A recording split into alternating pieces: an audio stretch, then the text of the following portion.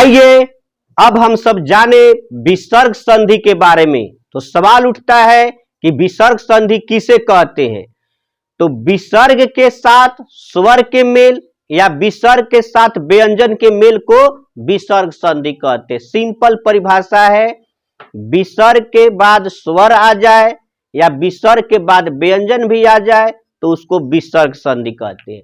जैसे देखिए यहाँ पे विसर्ग है आंख है कि बट्टाम है, आंख होगा तो जरूर दिखाई दे रहा होगा, हैंगा दुगोरल बुचकुनिया नु तकरा का विसर्ग कहते हैं सब, ठीक है।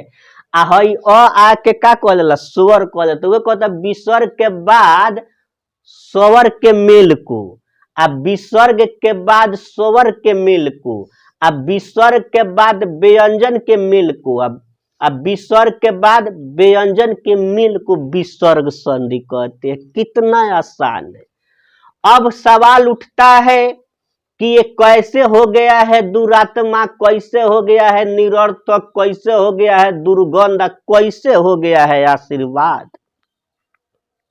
ये बहुत बड़ा पूछा जाता है, निमन निमन लोगों से लिखा नहीं जाता है आशीर्वाद। ये लोग कब हैपर बैठा दिलो, कब हैपर बैठा दिलो, तो कंफ्यूज हो जाते हैं लोग। तो आज के बाद से कंफ्यूज माना है, ठीक है।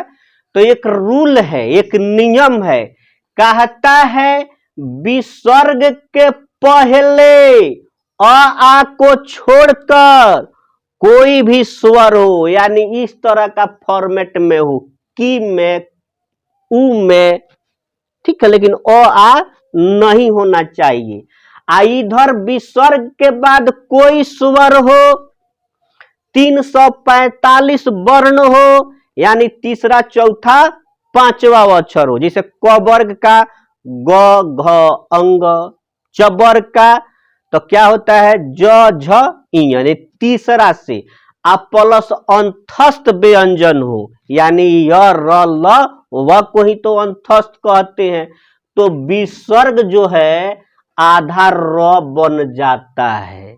विसर्ग कब र बन जाता है, जब इधर कोई स्वर हो नहीं, इधर क्या हो 345 वर्ण हो या अंतस्थ व्यंजन हो, तो विसर्ग क्या बन जाएगा र। लेकिन एक शर्त है, इधर रहना चाहिए आ को छोड़कर, यानी ई के फॉर्म में रहना चाहिए, की कु इस टाइप में रहना चाहिए।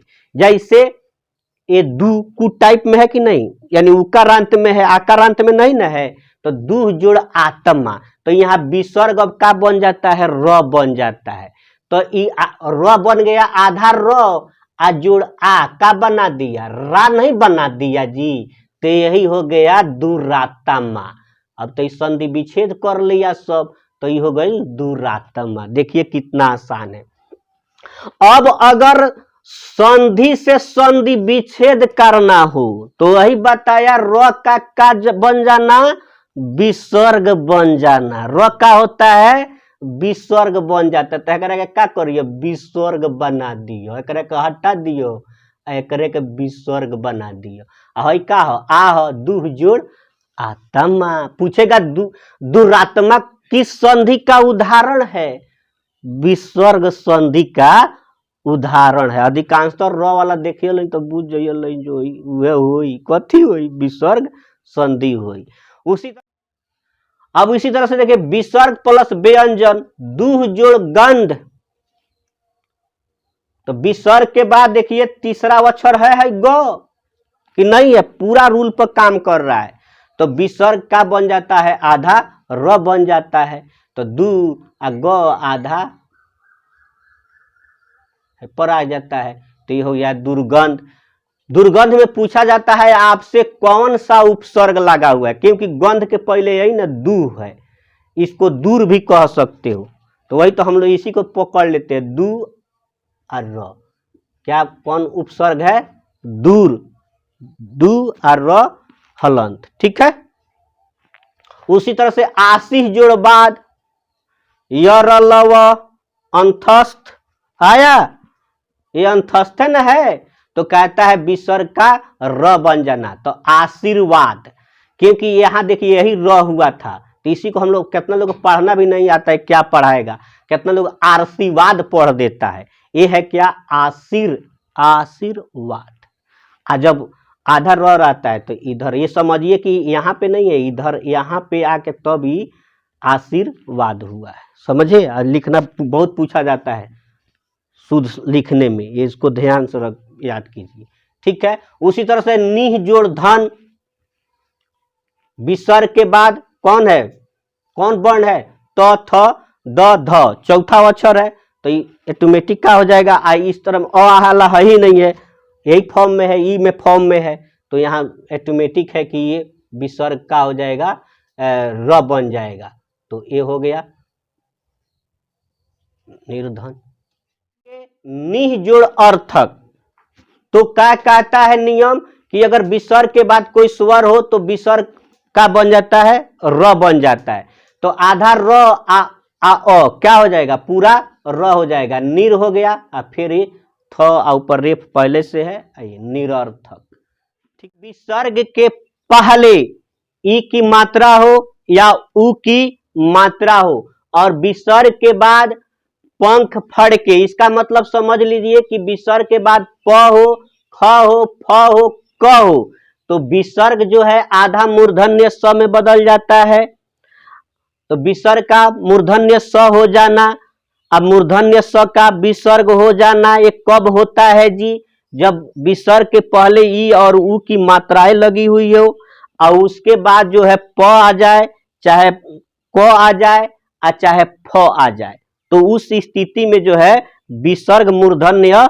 स हो जाता है। जैसे देखिए दूह जोड़ कर्म, बहुत ही आसान है, ये देखो तो विसर्ग के बाद क है कि नहीं है, तो इस स्थिति में क्या, इधर विसर्ग के पहले ये दू यानी उ की मात्रा में है कि नहीं, यहाँ उ की मात्रा लगा है कि नहीं लगा है, तो ये पूरे नियम को पालन कर रहा है, तो कहता है विसर्ग क्या हो जाता है, आधा मूर्धन्य स हो जाता है, तो वही हम यहीं पे बना दो, इसी को बदल दो, दुष्कर्म।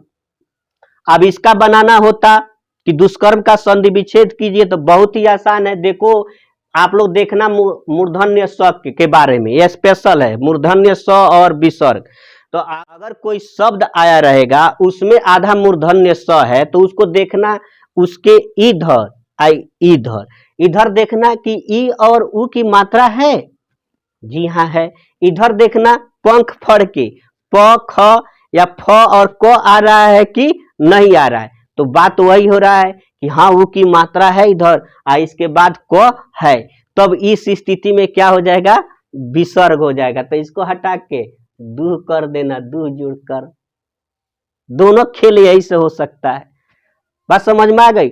उसी तरह से दूह जोड़ प्रकृति, विसर्ग के बाद प आया है, ठीक है, ये उ की मात्रा में है ही, तो यहाँ पे क्या हो जाएगा हमारा, क्या हो जाएगा, ये आधा मूर्धन्य स हो जाएगा, तो वही बात अभी तो यहाँ बता दे, वही सेम टू काम यहाँ भी है। अब इसे बनाना होता दुष्प्रकृति का, तो इसको हटा के ये कर देते, कोई बड़ी बात नहीं है कि नहीं। उस निह जोड़ कपट, ई की मात्रा है, इधर क है, तो ये विसर्ग क्या हो जाएगा, आधा मूर्धन्य स हो जाएगा, अब मूर्धन्य स विसर्ग हो जाएगा, हाँ इधर ई की मात्रा इधर क है, हाँ हो जाएगा देखिए क्या करना है, कुछ नहीं करना है, वही बदल देना है। अब यहाँ विसर्ग क्या हो जाएगा, मूर्धन्य स हो जाएगा, मूर्धन्य स क्या हो जाएगा, विसर्ग हो जाएगा, नहीं हो जाएगा, देख लीजिए विसर्ग के बाद क है, ये विसर्ग मूर्धन्य स हो जाएगा, मूर्धन्य स क्या हो जाएगा, मिटका हुआ एक बार लिखो, वही तो है, आबि जोड़ कृतम आविष्कृतम, ठीक है। चलिए आइए अब हम सब जाने विसर्ग संधि से एक और शानदार नियम। तो नियम कहता है कि अगर विसर्ग के बाद अ हो यानी आकारांत टाइप में कोई शब्द हो, अब विसर्ग के बाद अ हो, विसर्ग के बाद 345 वर्गीय व्यंजन, इसका मतलब कबर का तीसरा अक्षर, चौथा, पांचवा, उसी तरह चबर का, टबर का, तबर का, पबर का, यही होता है अंतस्थ व्यंजन य र ल हो तो विसर्ग ओ बन जाता है, और ओ जो है विसर्ग बन जाता है। जैसे देखिए यहाँ पे मनः जोड़ अनुकूल, ये आकारांत टाइप में समाप्ति हो रहा है कि नहीं हो रहा है, और उसके बाद ये अ है कि नहीं, तो ये क्या हो जाता है, विसर्ग ओ हो जाता है। तो मनो है तो मनो ओ का यही ना मात्रा होता है जी, विसर्गवा हो गया ओ, है तो संधि विच्छेद क लेले बा, मिलिए गइले बरस तो का हो गइल मनोनुकूल। कोई कुछ करने की जरूरत नहीं, जैसे है वैसे उतार दीजिएगा। अधः जोड़ गति, देखिए ये आकारांत टाइप में है, ध जो है अ पर समाप्त हो रहा है, विसर्ग हईले है, आ कहता 345 वर्गीय व्यंजन, क वर्ग का तीसरा अक्षर ग हईले है, तो क्या कह रहा है, विसर्ग का हो जाता है हो जाता है अधोगति, है कि नहीं। पयः जोड़ धारा, देखिए आकारांत में है, विसर्ग के बाद कौआ त थ द ध, यानी तबर का चौथा अक्षर टकरा गया यहाँ पर, तो विसर्ग उस स्थिति में क्या हो जाता है, ओ हो जाता है। तो पयो धारा हटा दिया जोड़वा के, तो वही पूछ देगा आपसे पयः जोड़ धारा से कौन सा नया शब्द बनेगा, तो पयोधारा। उसी तरह से रहता पयः जोड़ धर, पयोधर। उसे पूछ देगा मनः जोड़ योग से कौन सा नया शब्द बनेगा, तो जानिए ना आकारांत टाइप है विसर्ग है अवंथस्थ व्यंजन य र ल व य है दे है, तो कहता है विसर्ग का ओ बन जाना, तो ये क्या हो जाएगा मनोयोग। मनः जोड़ योग किस संधि का उदाहरण है, तो विसर्ग दे के में बोका होगा, जो इस तरह का टूट के लिखा होगा, विसर्ग दिया होगा और दोसर संधि पर मार के चल आएगा। तो विसर्ग संधि का तो संधार नियम है कि अगर तोड़ के दिया हुआ है तो विसर्ग से ही बता दोगे कि विसर्ग संधि। या व्यंजन का होता है कि उसमें हलंत मारा है, दो तो ऐसे ही पहचान लोगे सब। हाँ दिक्कत होगा जब मतलब इस तरह से दिया रहेगा तो पहचानने में, तो इसको तोड़ लेना, तो सीख रहे हो तो तोड़ के बता देना। तो मनो क्या हो गई मनोयोग। वयो जोड़ ब्रीड, वयः जोड़ ब्रीड, वयो ब्रीड। क्या है, कुछ है क्या, है कुछ बोलिए। नियम है, कहता है विसर्ग के बाद च या छ हो तो इस दुष्ट विसर्ग को आधा तालव्य स में बदल दीजिए। च अक्षर लक, इतना आसान है। तो नि जोड़ चय निश्चय, ठीक है, जोड़ मिटका लियो। अगर कहता है विसर्ग के बाद ट या ठ हो तो इस दुष्ट विसर्ग को आधा मूर्धन्य स में बदल देना। क्यों हम कह रहे हैं उसमें तालव्य स क्यों गए भाई, क्योंकि च का जो उच्चारण स्थान है वही तालव्य स का भी उच्चारण स्थान है। इचु यासा नाम तालु, ये समझ लीजिए कि ट च ट त यहाँ से शुरू होता है तीन गो, तो यूं से ही शुरू होला तालव्य स मूर्धन्य स और दंत स। तो ये इस नियम से भी आप याद रख सकते हैं। तो कहता है विसर्ग के बाद ट ठ हो तो इस दुष्ट विसर्ग को मूर्धन्य स में, आधा मूर्धन्य स में बदल दो। निष्ठुर, मिटका दो इसको। उसी तरह से कहता है अगर विसर्ग के बाद त या थ हो तो इस दुष्ट विसर्ग को आधा दंत स में बदल देना। ठीक है, अब विसर्ग के बाद ट ठ बताया हूं तो आधा मूर्धन्य स में ट ठ रहे तो आधा मूर्धन्य स में, त थ द द रहे तो आधा दंत स में, और च छ ज रहे तो आधा तालव्य स में। अब इधर आइए, इधर से इधर चलिए, ठीक है, चलिए अब हटाइए इसको, इसको भी अब विसर्ग हम बना कर देखिए, आपको दिखा देते हैं। अब कहता है कि आधा तालव्य स के बाद च छ हो तो इस दुष्ट तालव्य स को विसर्ग में बदल देना। तालव्य स के बाद छ बा तो इस दुष्ट तालव्य स को विसर्ग में, ठीक है। मूर्धन्य स के बाद ट ठ है तो इसको, इस दुष्ट को विसर्ग में, इसमें त थ है तो इस दुष्ट को विसर्ग में, इस दुष्ट को विसर्ग में। अनेक शब्दों के लिए एक शब्द आधा तलाव्य स, आधा मूर्धन्य स और आधा दंत स विसर्ग में बदल जाता है। स का विसर्ग में बदल जाना, ठीक है। अब विसर्ग के बाद अगर च छ हो ये हो तो ये सब स में, तीनों स में बदल जाते हैं। अगर विसर्ग के बाद तलाव्य स, मूर्धन्य स और दंत स हो तो विसर्ग ज्यों का त्यों रह जाता है, या इसके पहले इसी को आधा कर देंगे, इसका आधा कर देंगे। जैसे देखिए दुह जोड़ शासन, विसर्ग के बाद तलाव्य स आ गया है, ऐसे ही जोड़ हटा के लिख दो दुशासन, या इसके पहले एक और विसर्ग के बदले में क्या दे देना, ये जो स है इसी का आधा स दे देना, ठीक है। इसे नी जोड़ संतान ऐसे भी उतार सकते हो, नी संतान, या अगर चाहते हो ये यही स है, दंत स है ना, तो इसी का आधा दंत स इसके पहले लगा देना, नी संतान। एक और रूल है, कहता है अगर अ आ के फ में इधर हो विसर्ग के पहले और उसके बाद पंख फड़के, यानी हमारा पंख फड़के का मतलब है प हो, ख हो, फ हो और क हो, तो विसर्ग ज्यों का त्यों रह जाता है। और कभी कभी जो है वही विसर्ग आधा दंत स हो जाता है। जैसे रजह जोड़ कड़ का कोई कहे तो देखिए अ किसके फॉर्म में है, अ के फॉर्म में है, अब विसर्ग है ये है, इसमें का पंख फड़के में क्या क है, तो नहीं, ऐसे ही लिख दो, जोड़ हटा दो, रजह कड़। प्रातः जोड़ काल पूछा जाता है, इंपोर्टेंट है, तो कुछ नहीं, ये अ वाला फॉर्म में है, विसर्ग है, अब क है, तो ऐसे ही जोड़ हटा दो, प्रातः काल। पयः जोड़ पान, पय पाना हो जाएगा। लेकिन कहीं कहीं ये जो है आधा दंत स भी हो जाता है, जैसे पुरः जोड़ कार, पुरस्कार, ये क्या हो गया, आधा यहाँ पे दंत स हो गया। भा जोड़ पति, भास्पति, तो ये तो स वाला तो बहुत इजी होता है, जैसे पुरस्कार का कोई पूछे तो आधा दंत स का विसर्ग हो जाना, विसर्ग का दंत स हो जाना। अभी ना विसर्ग का दंत स हुआ, जब विसर्ग यहाँ दंत स हुआ तो दंत स का हो जाएगा, विसर्ग हो जाएगा, यही बात है।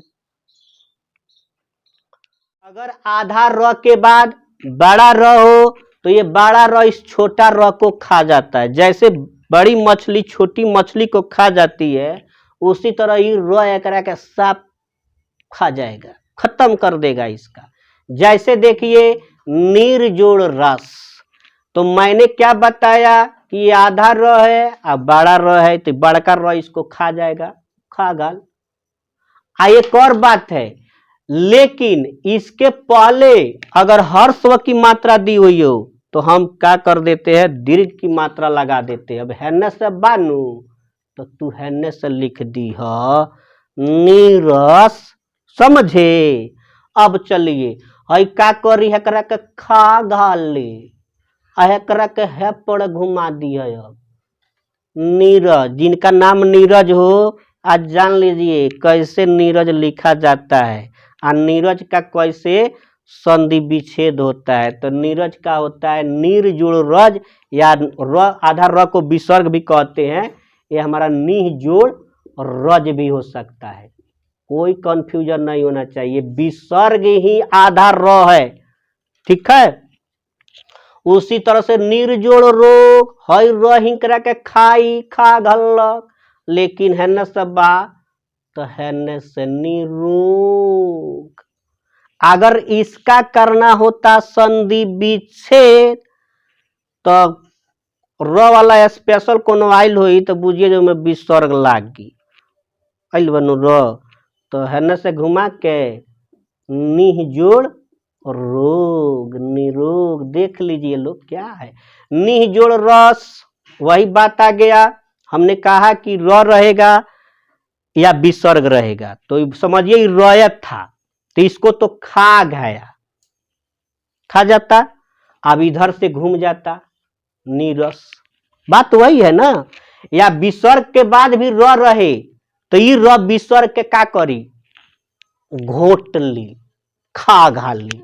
देखिए तो विसर्ग के बाद र है तो हई रवा का करी करा के खा घाली, घुटली, खा घल। लेकिन एगो और ही काम करी हेने से बनू तो कोई हेने से घुमा दी। नीरज देख लीजिए।